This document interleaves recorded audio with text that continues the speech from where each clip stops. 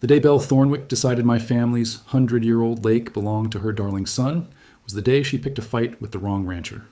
6 a.m. 3 squad cars tearing up my driveway, gravel spitting out under their tires like gunfire. Diesel exhaust mixed with the steam of my coffee still warm in my hands.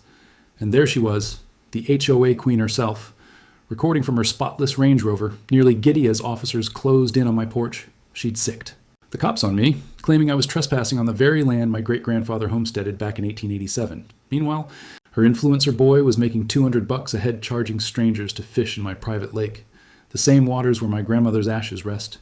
Then, like the cherry on top, Belle flashed bogus paperwork insisting I was illegally blocking community access. But Belle didn't realize one crucial thing. I managed the budget that kept her pristine subdivision running. Drop a comment?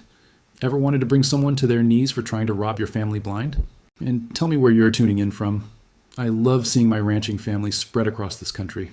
My name's Garrett Holloway, and this is the story of how a suburban HOA president tried to rip out the soul of my family and learned the hard way.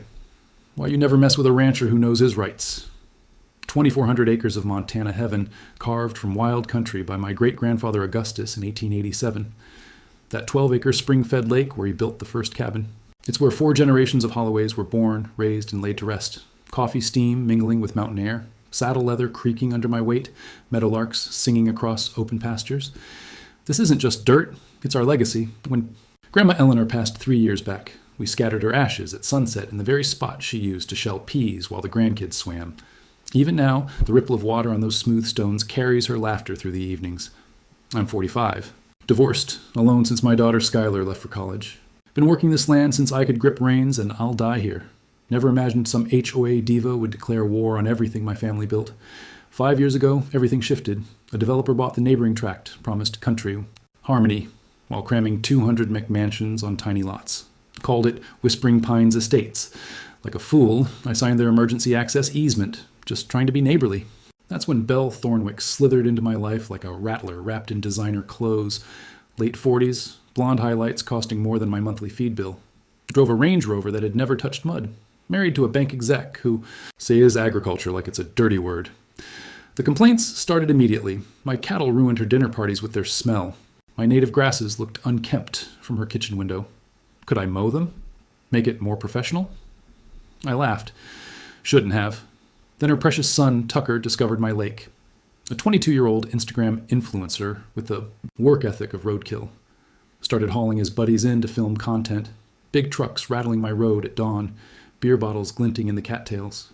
Electronic bass drowning out the same bird songs that sang over this valley before his bloodline even existed. What began as tolerance turned into trespassing. Trespassing turned into business. Professional cameras, buzzing drones, Tucker charging $300 a pop for exclusive Montana wilderness access. Posting like my family's private lake was some heirloom he'd inherited. The edito stench of entitlement was thicker than manure. That's when Belle played what she thought was her trump card. Evening knock on my door, manila folder in hand, that fake sweet smile that makes your skin crawl. Garrett, I've done some historical research, she said in that syrupy tone. Out came the papers. Proof that original homestead. Rights included recreational access for township residents. She spread them across my kitchen table, tapping at clerk stamps with manicured nails. We must honor community traditions. But I'd read enough contracts and deeds in my life to spot a clumsy forgery. Her documents referenced Whispering Pines Township. A neat trick, considering her subdivision didn't even exist until 2019. My great-grandfather's homestead was recorded 132 years earlier. Grandpa's advice echoed in my head. When someone shows you fake papers, let them think you're buying it while you collect proof of their fraud. I'll need to run these by my attorney, I told her, snapping photos of every page. Her smile twitched. Surely that's unnecessary. We're all neighbors here. My coffee had gone cold. Outside, cattle settled into the dark, their low calls rolling across the land my ancestors sweated blood to build. And there sat Belle, in my kitchen, surrounded by 4 generations of memory trying to steal our most sacred ground with photocopied lies. Her first mistake was thinking kindness meant weakness. Thinking rural meant ignorant. Thinking a rancher wouldn't know how to fight back. She was about to learn that Montana ranchers don't just know the land, we know the law, and when someone comes at your heritage with forged documents, you don't just defend what's yours, you destroy them. Belle didn't waste time turning her fake papers into a weapon. She weaponized the whole county bureaucracy. 2 weeks later, County Inspector Martinez was on my porch, looking like he wished the earth would swallow him. Sorry, Garrett. A formal complaint landed about supposed unlawful water access restrictions. The woman had already called headquarters 3 separate times, insisting they act right away. Martinez and I walked the property together, him shaking his head the whole way. This is nonsense, he muttered. Your paperwork is airtight. Boundaries are clear. No violations anywhere. Still, he had no choice but to file the official report. She was deliberately creating a record, building the illusion of a long-running conflict. Smart move, really. Devious, but smart. The real blow came later. Belle put together a community safety meeting at her clubhouse. About 15 neighbors showed, most of them recent arrivals who'd never set foot on real ranch ground. Belle stood front and center with giant aerial photos, pointing like she was leading a military briefing. This man's cattle are poisoning our children's water supply, she declared, her voice laced with motherly concern. His escalating? Aggression toward families using traditional recreation areas shows serious instability. We moved here for the peace of rural life, not to be bullied by some feudal rancher who thinks he owns the whole valley. The accusation stung, but the rumors about money cut deeper. Whispers spread that inheritance taxes had wiped me out, that the ranch was failing, and that I'd be forced to sell to developers within months. Out here, questioning a man's ability to pay his debts is as good as slandering his name. It was time to fight back. My grandfather always said the best way to beat liars is with overwhelming proof. So I hired the county's best surveyor, Martinez's brother-in-law, to run GPS boundary mapping.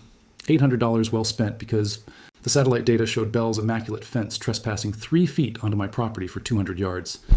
Next came security. 8 high-definition cameras with night vision and cloud backup covering every angle of lake access. Driving steel posts into Montana hardpan with a post-hole digger felt like war drums. But I also remembered what I'd learned about adverse possession during my divorce. 5 years of uninterrupted trespassing could turn into a legal property claim.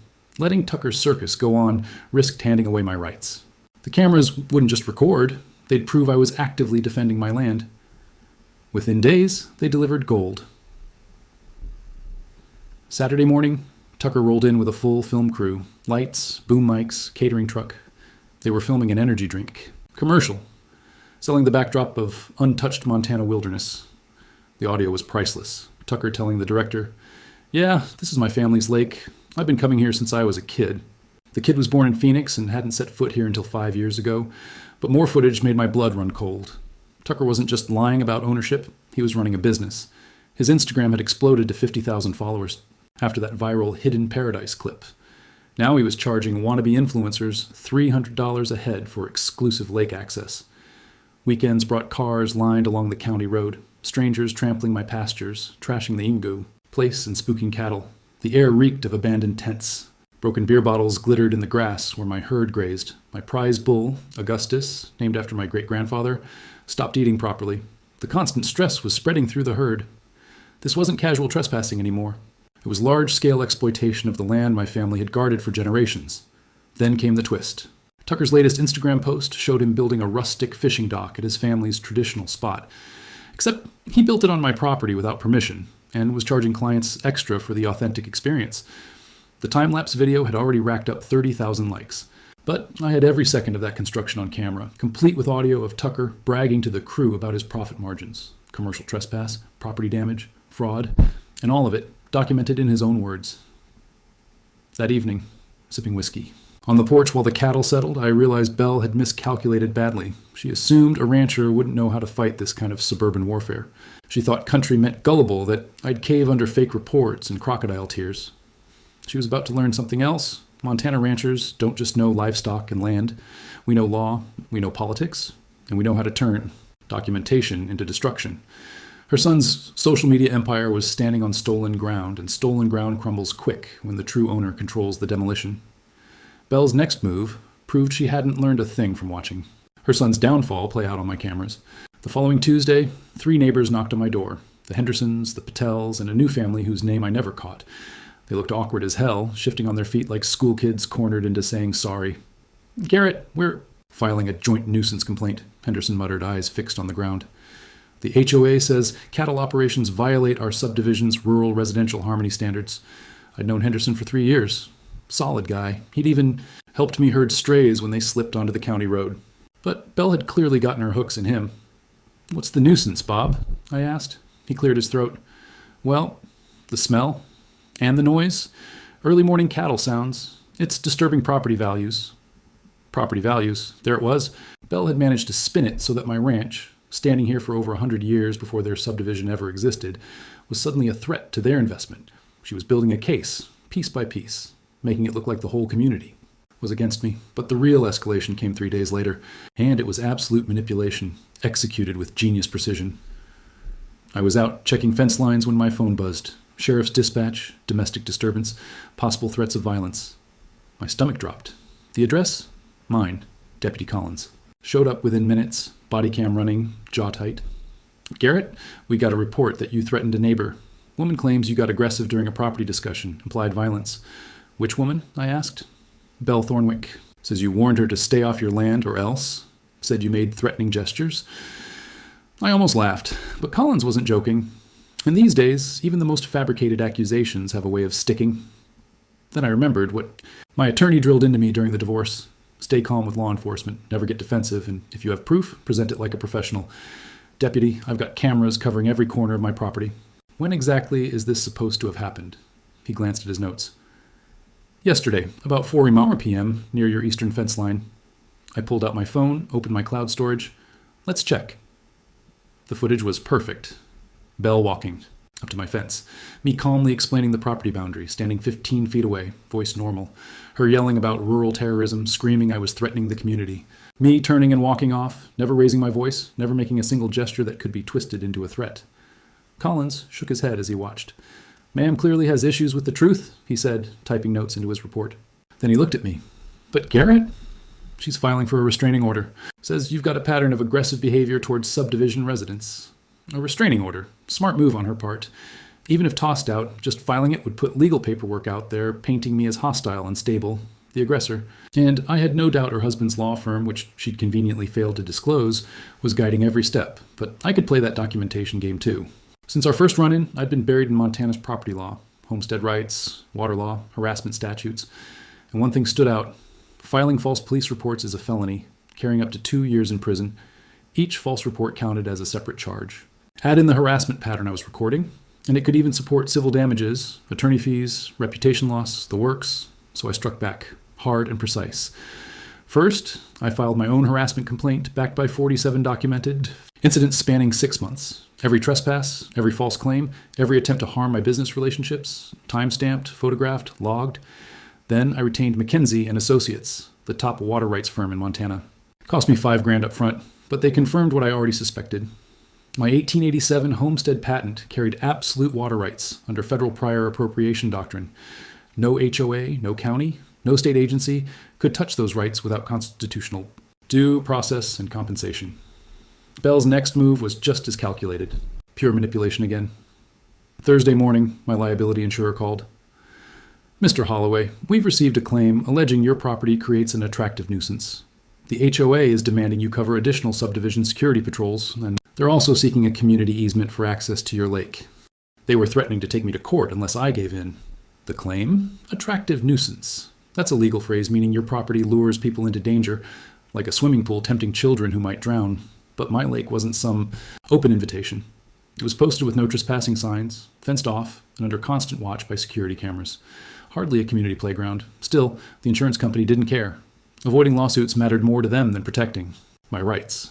They leaned on me, warning of higher premiums if I didn't smooth things over with the neighborhood. But what they didn't realize was this. My cameras had caught something unbelievable. Tucker had bragged on Instagram about making $47,000 in 3 months by charging for exclusive access to my lake.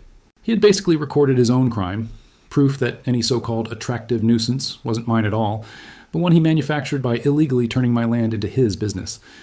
Sometimes the smartest defense is letting your enemies tighten the noose around their own neck.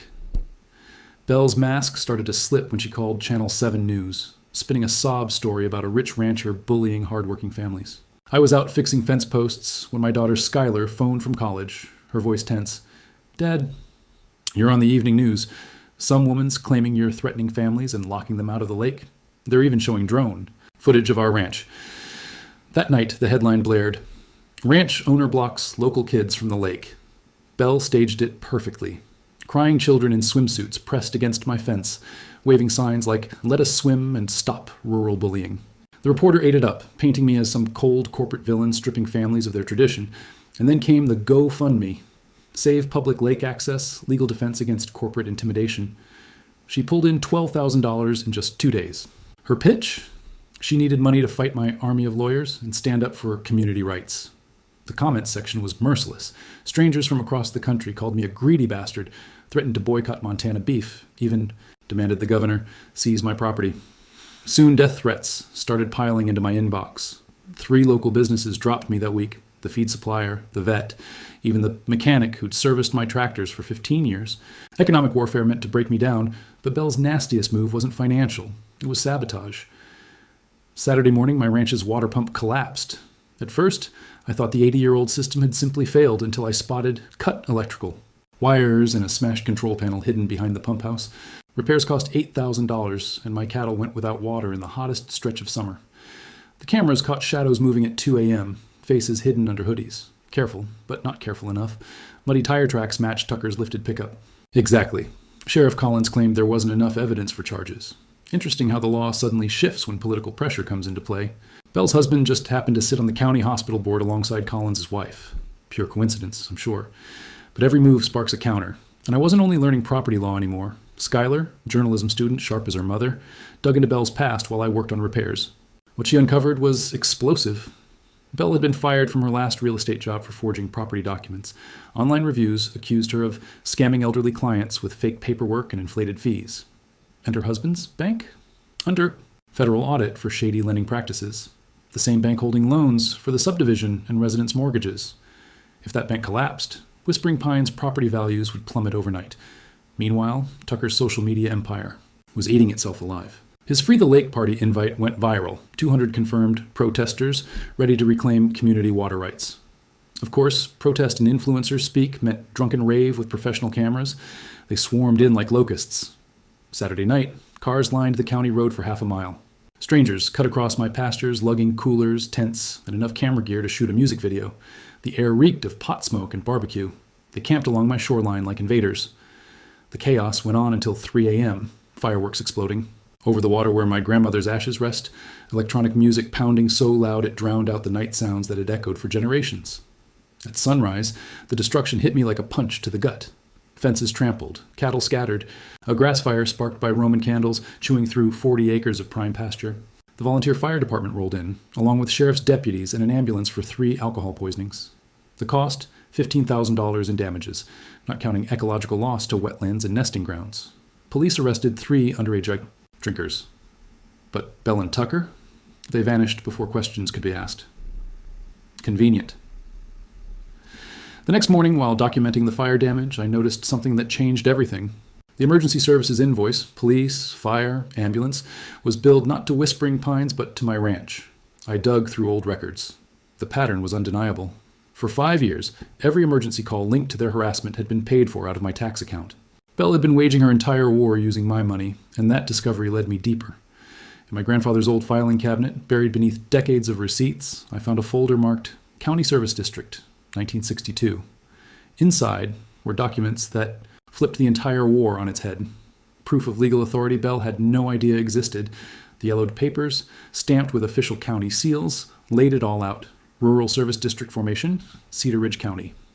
My hands shook as I read. Hidden in that dense legal language was the master key. Back in the 1960s, Montana created special districts to provide municipal services for scattered rural landowners. My grandfather's ranch, being the biggest holding in the area, was named the anchor parcel, the hub for emergency services, road maintenance, utilities, and the kicker? By law, the ranch owner automatically became the district's administrator with sweeping oversight powers. And those powers transferred with the land itself, whether anyone remembered or not. I had been the district supervisor for 3 years, ever since inheriting the ranch, though up until now, I hadn't realized the weight of that role. The legal framework was staggering. As administrator, I possessed the authority to approve or reject every municipal service contract for the entire district. Police patrols, fire response, EMS coverage, even road upkeep for subdivision access, all of it needed my signature. Even more shocking, I had the right to audit all district, spending and cancel contracts with just 30 days' notice if cause existed. My attorney confirmed it that Monday morning, her voice practically buzzing with excitement. "Garrett, this is real. The 1962 Rural Service District Act is still on the books. These powers were never repealed or reassigned. The truth hit me like a punch. I had unknowingly been bankrolling services that mainly benefited the subdivision, the same services they'd been using to target me. The financial impact was massive. The district's funding came from special property taxes based on acreage. My ranch shouldered 60% of the budget, about $200,000 a year, while the entire HOA subdivision split the other 40%. For 5 long years, I had literally been financing my own harassment. Every nuisance police call Bell made, every emergency run to Tucker's outlaw parties, every patrol car sent to rattle me, it was all paid for with my taxes. But the real bombshell landed when we reviewed 20 years of financial records. The spending history was outright criminal. Enormous overbilling for security services funneled through companies tied to Bell's husband's business partners. The HOA had charged the district for their private luxuries, pool upkeep, landscaping, clubhouse utilities, even tennis court lights. They had been bleeding public funds dry to subsidize their lifestyle, all while assuming the rancher would be too ignorant to ever catch on. I'd uncovered their weakness, and it was pure greed. The beauty of it all lay in the technical details. Montana's sunshine laws required full transparency of every district operation. I had the legal right to demand every contract, invoice, and payment record from the past decade, and what I found could ruin them. My position gave me authority to cancel contracts with 30 days' notice, audit all accounts, and report irregularities to state and federal prosecutors. I could literally cut off their access to police, fire, and emergency response while seeking restitution for years of theft. But beyond the legal leverage, the psychological shift was even more powerful. For months, I had been on defense, absorbing Bell's harassment, keeping records while she spun the narrative. Now the upper hand was mine. I had the means to dismantle her entire suburban empire with lawful authority she never even knew existed. That night, I sat in my kitchen, coffee gone cold, staring at the documents for the 10th time. It was no longer just about my land. This was about justice for every rural property owner who had been bullied by entitled newcomers, for every rancher, farmer, or lifelong resident who had seen outsiders move in and immediately demand that the land bend to their whims. Bell believed she was fighting a lone rancher with no resources or legal footing. She had no clue she had. Picked a fight with the person who literally controlled the infrastructure that kept her pristine subdivision running. For 3 years, the district administrator had been asleep. Now it was time to wake up and wield long-neglected authority. Time to remind an HOA president that rural does not mean powerless. It means deeply tied to legal and governmental systems that existed generations before her subdivision. That Monday, I called an emergency meeting with my newly formed War Council, my attorney, my accountant, and my daughter, an eager journalism student who'd driven down from campus to join the fight. The Mackenzie and Associates conference room smelled of leather and old books, the kind of place where fortunes shift with the stroke of a pen. Sarah Mackenzie, my attorney, laid out the district documents across the mahogany table like military maps. Garrett, these powers are extraordinary. You can cancel every municipal contract within 30 days, but we have to be precise.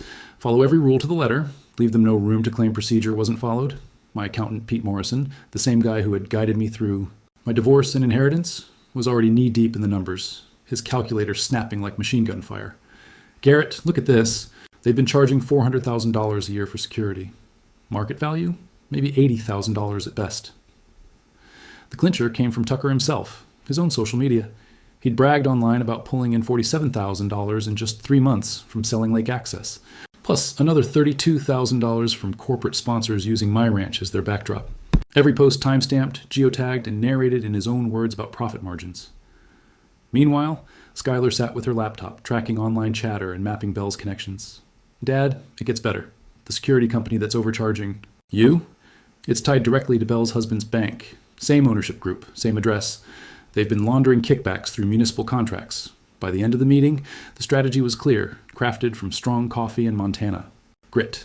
3 phases, each designed to apply maximum pressure while keeping the law on our side. Phase 1, formal notice. I'd use my authority as district administrator to order an immediate audit of all financial accounts, notify everyone involved about pending contract reviews, and formally establish my legal standing before moving forward.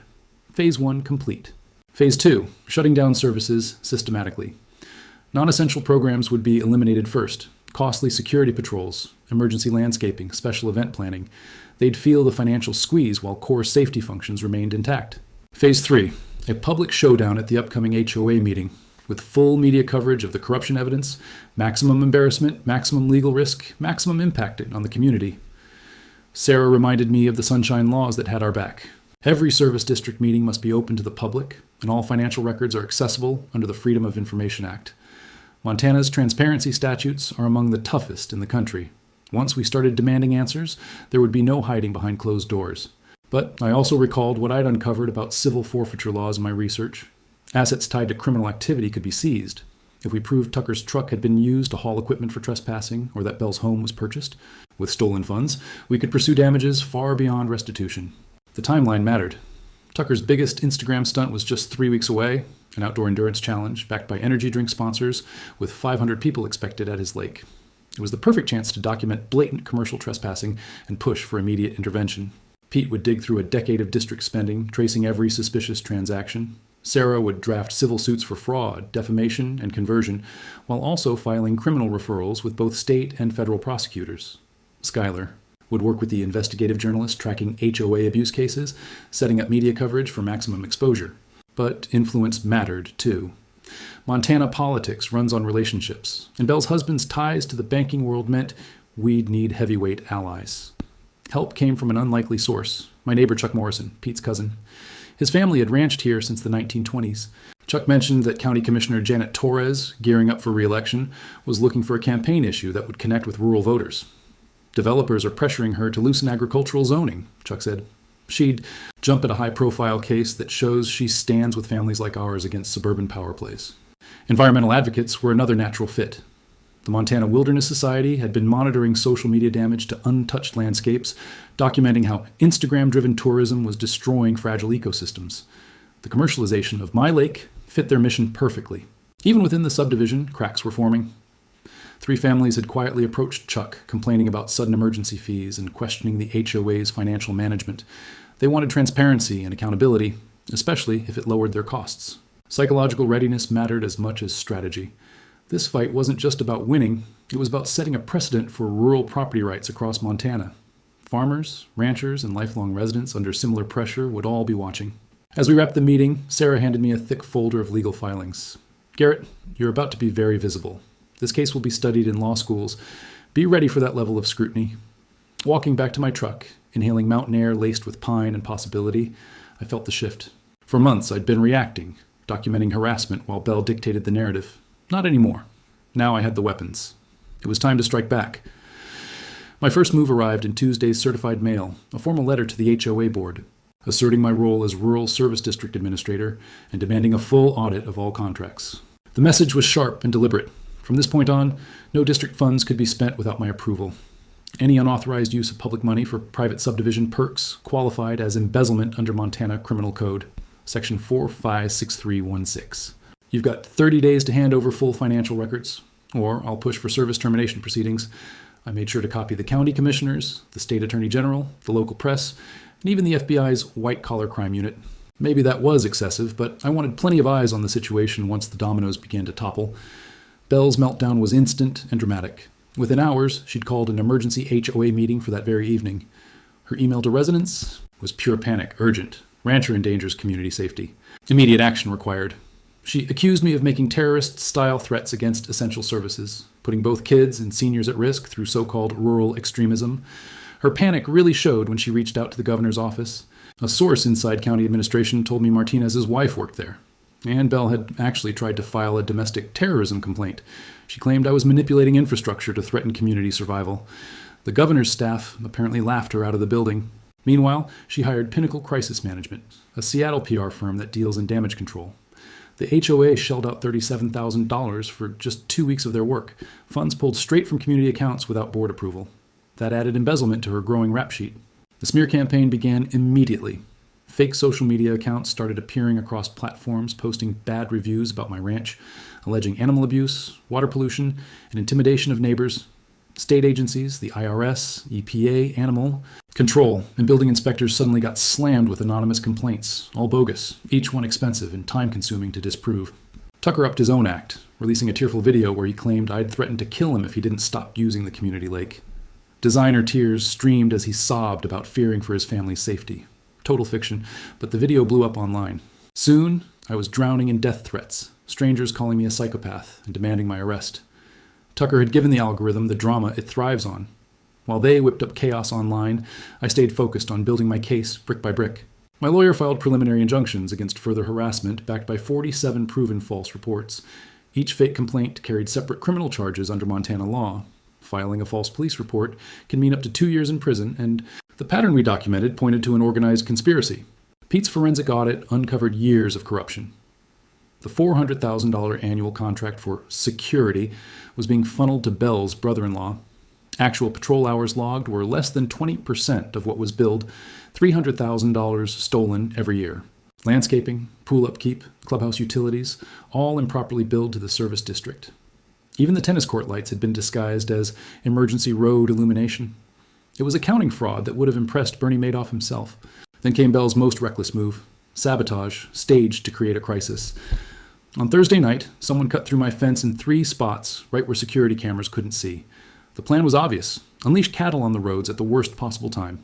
At dawn, my phone blew up. 40 head of cattle were scattered across Highway 93, causing near accidents and traffic chaos. Deputies, highway patrol, and emergency crews scrambled to control the mess. Cleanup cost $12,000, not including liability risks. To top it off, dispatch got an anonymous call claiming I'd intentionally released the animals as revenge for the community's refusal to bow to my so-called terrorist demands. The perfect setup for Bell's narrative about my supposed instability.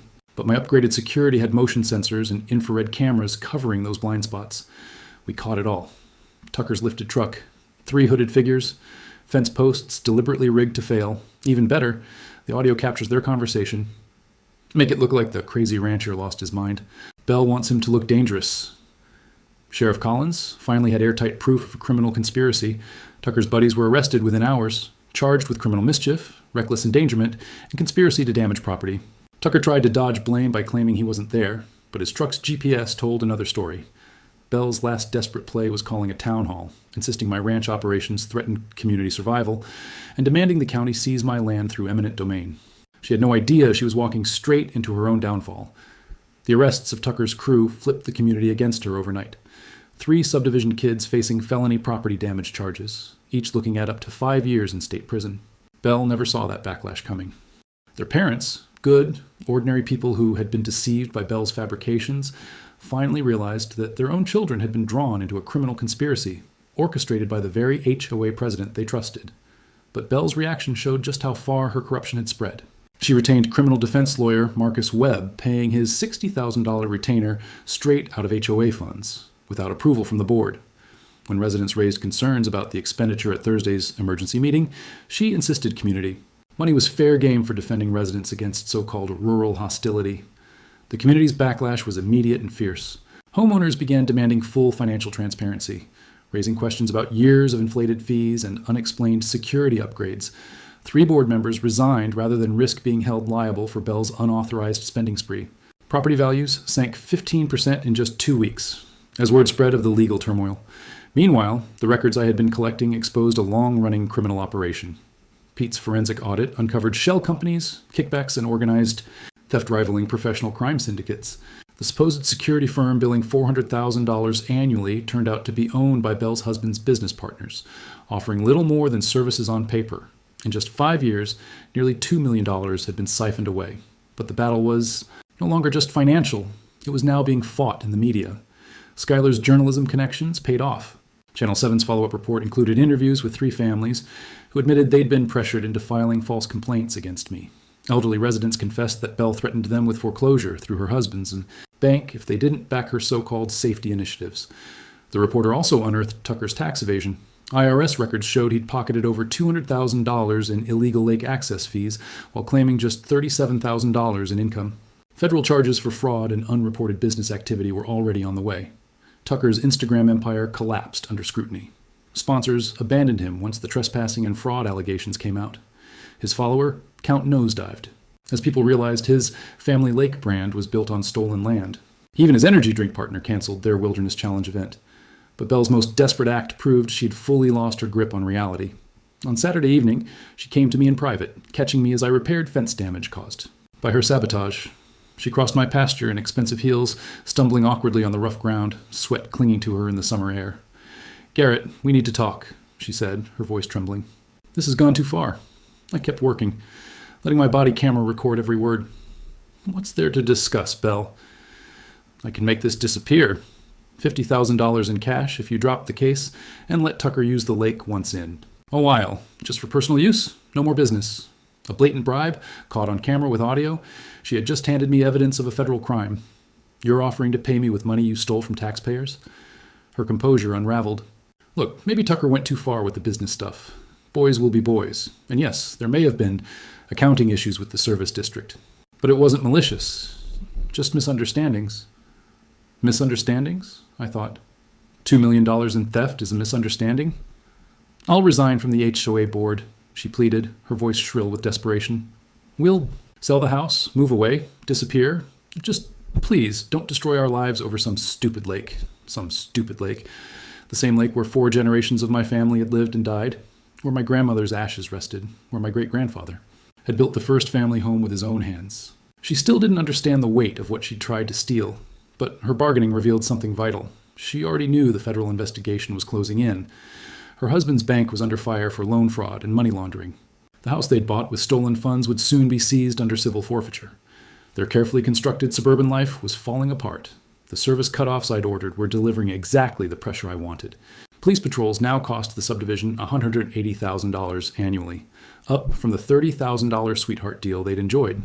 Emergency services demanded either prepayment or private insurance. Road upkeep shifted to HOA responsibility, an $85,000 yearly burden. On Monday, residents opened their mailboxes to find emergency assessment notices, $3,200 per household to cover true service costs. Most couldn't afford it. A financial crisis threatened the neighborhood's survival.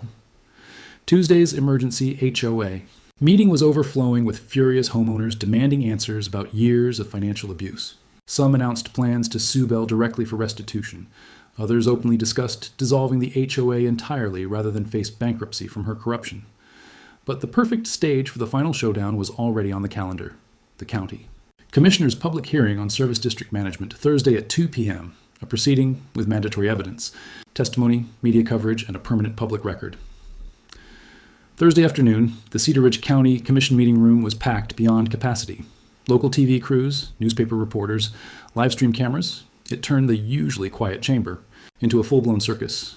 The air smelled of nervous sweat, burnt coffee, and old law books, thick with tension. I sat at the front with Sarah Mackenzie, our evidence neatly organized in color-coded binders, heavy enough to stop a bullet. Across the aisle, Belle sat with her high-priced legal team, 3 attorneys from Billings, who clearly believed this was just routine damage control. The audience was split down the middle like a divided wedding. On the left, ranchers, longtime locals, environmental advocates defending property rights. On the right, subdivision residents, confused and angry about assessments they couldn't possibly pay. At the back, Skylar live-streamed every moment for her journalism project. Commissioner Janet Torres called the hearing to order, her voice slicing through the chatter. We are here to address allegations regarding Rural Service District Financial, Management and Administrative Authority. Mr. Holloway, as the complainant, you have the floor. I rose slowly, the weight of 4 generations on my shoulders. Commissioners, what I'm about to present is the largest case of municipal fraud in Cedar Ridge County history. My first exhibit, yellowed service district documents from 1962, proving my legal authority as administrator. For 3 years, I had unknowingly held budget oversight for every municipal service in the district. Authority Bell Thornwick exploited to embezzle nearly $2 million in public funds. Bell's lead attorney tried to cut in. Objection, Your Honor. This isn't a trial, Counselor, Torres snapped. Mr. Holloway has the floor. I opened the financial records, numbers that spoke louder than any words. My ranch alone funds 60% of this district's budget, about $200,000 each year. That money was systematically siphoned off to subsidize private subdivision amenities through fraudulent contracts. Exhibit after exhibit stacked up like evidence at a war crimes tribunal. Security contracts billing $400,000 for services worth just $80,000. Landscaping invoices for HOA property disguised as emergency roadwork. Pool chemicals and tennis. Court lighting falsely logged as public safety infrastructure. The real turning point came with Tucker's social media trail. Mrs. Thornwick's son had practically logged his own crimes, pulling in over $200,000 by selling unauthorized access to my land while dodging federal taxes. Each Instagram post, every transaction, every sponsored gathering, every bit of it was theft from my family's heritage. The chamber speakers carried the evidence with perfect clarity. Tucker boasting to his film crew about profit margins. Bell feeding him lines to falsify police reports and their fence-cutting scheme caught on infrared video, complete with their own voices narrating the crime. Your Honor, I said, my voice cutting through the silence. They didn't just trespass on my property. They robbed my family of its legacy and packaged it as Instagram content for strangers. The knockout blow came when I exposed the bribery attempt. The audio of Belle offering me $50,000 to stay quiet echoed through the hall, along with her own admission of shady accounting practices. You could even hear her designer heels stumbling across my pasture, her voice breaking with panic as her suburban empire collapsed around her. Commissioner Torres leaned forward, her expression like carved stone. Mrs. Thornwick, would you like to respond to these allegations? Her attorney whispered urgently at her side, but Belle shoved him away and stood on her own. Her words trembled like brittle leaves in the wind. These are misunderstandings, clerical errors, maybe some confusion about service boundaries. We never met Mrs. Thornwick, Torres cut her off. We just heard you offering bribes and admitting to financial misconduct. This is far beyond a miscommunication. Then came the wave of public testimony. Chuck Morrison described similar harassment against neighboring ranchers. 3 elderly residents recounted threats of foreclosure and pressure tactics. Environmental scientist Dr. Rebecca Martinez showed before and after photos of the lake's ecological damage from commercial exploitation. Images so shocking they drew gasps from the room, but the most powerful voice belonged to someone unexpected. Margaret Henderson, the neighbor who had been coerced into filing false complaints. Tears streaked her face as she spoke. We trusted her, Margaret sobbed. Belle told us Garrett was dangerous, that our homes would lose value if we didn't side with her. She threatened foreclosure through her husband's bank if we didn't cooperate. We were scared. The commissioners didn't hesitate. Their votes were unanimous. Suspend all HOA contracts under investigation, forward evidence of financial crimes to state and federal prosecutors, affirm my authority as district administrator, and formally commend my role in exposing corruption. Sheriff Collins announced criminal charges for embezzlement, conspiracy, tax evasion, and falsifying reports. The FBI's white-collar crime unit took over the financial cases. Tucker now faced federal prosecution for tax fraud and unlawful commercial trespassing. As reporters swarmed the exits, Belle attempted to slip out through a side door but was cornered by furious subdivision residents demanding answers about their inflated emergency fees. Her carefully curated suburban image had collapsed. In just 2 hours of undeniable evidence. Friday's headline captured it all. HOA president arrested in major fraud scandal. Rural district corruption exposed. 6 months later, justice tasted like coffee on my porch at sunrise, the lake reflecting the light over land that would never again be threatened. Belle received 18 months in federal prison and was ordered to pay $400,000 in restitution. Tucker was sentenced to community service, 5 years probation, and a permanent ban from monetizing online content.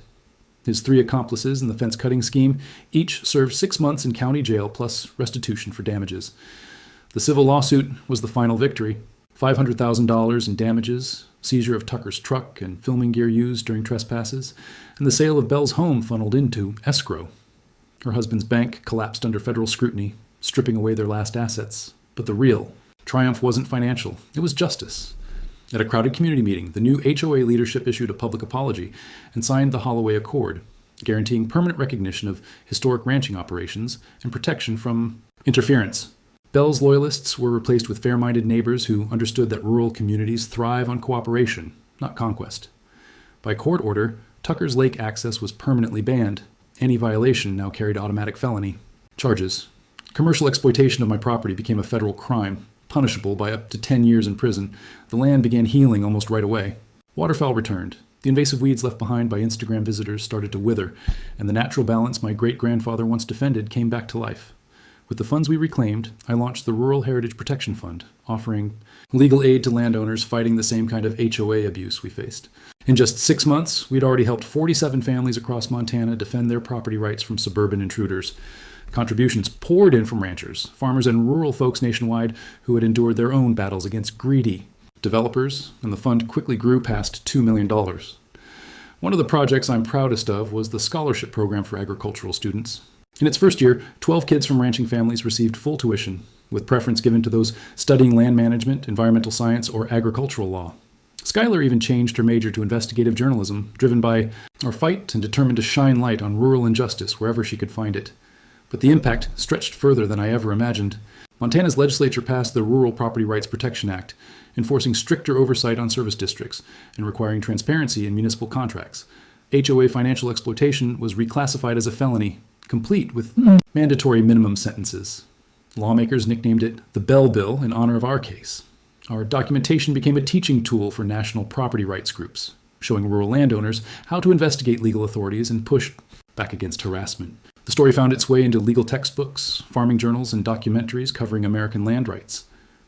A year later, we hosted the very first Rural Heritage Days Festival, bringing in 5,000 visitors to celebrate agriculture, conservation, and community cooperation. The event highlighted sustainable ranching, environmental stewardship, and the benefits of partnering with longtime locals instead of opposing them.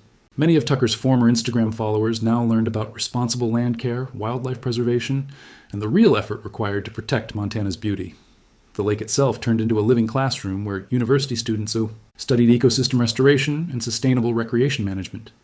Even the local businesses that had once shunned me during Bell's campaign came back, apologizing and renewing contracts. The feed store manager admitted he'd been threatened over a bank loan tied to Bell's husband's institution. It was economic blackmail, but we had endured and come out stronger. Just last weekend, standing by the lake and watching my daughter teach environmental science students about watershed protection, I thought of my great-grandfather Augustus. He had claimed this land with grit and legal documents to secure his rights. 100 years later, those same papers shielded his legacy from suburban opportunists who thought money and politics could override law and justice. Waves lapped against it. The rocks where my grandmother Elelenair's ashes rest, carrying her memory and wisdom into the future. Meadowlarks called across peaceful pastures where cattle grazed, finally free from the stress of social media tourists and commercial exploitation. As my grandfather always said, the land teaches patience, but it also teaches justice. Bullies sometimes pick fights they can't win. And when someone tries to steal your heritage, you don't just resist. You make sure they'll never get the chance to do it to anyone else. Drop a comment if you faced your own HOA nightmare. You may have more power than you realize. And don't forget to hit that subscribe button. Next week, I'll be sharing the story of how a retired teacher took down an entire corrupt school board armed with nothing more than a calculator and a stack of public records. The land survives. Justice stands. And Montana ranchers never confuse kindness with weakness. Another HOA battle finished. If this story made you shake your head or pump your fist in victory, hit that like button.